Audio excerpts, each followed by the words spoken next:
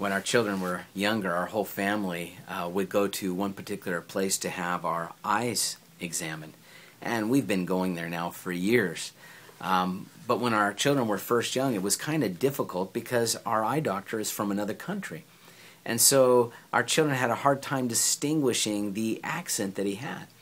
I remember on one particular occasion, Matthew being in the seat, I think he was 6 years old, and they put these big giant goggles on him, and the doctor's saying, one or two, small or bigger, and to Matthew it sounded like, and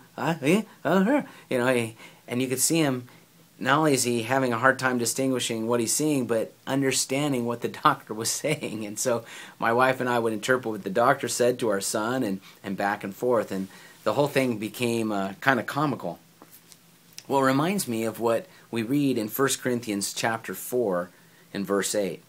Drawing on an Old Testament analogy, it says, "For if the trumpet makes an uncertain sound, who will prepare for battle?"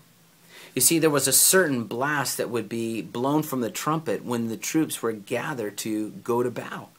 But if it was an uncertain sound, if the guy blowing the trumpet couldn't do it properly, you couldn't be rallied. You couldn't understand what was being said.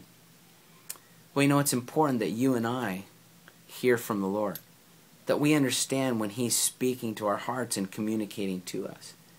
And the best way to learn how to do that is to spend time with Him in prayer.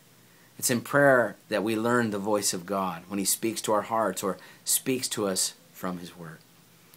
And so today, may we make sure that we have time with the Lord, time with our Father, to distinguish what He's saying in order that we might walk in obedience.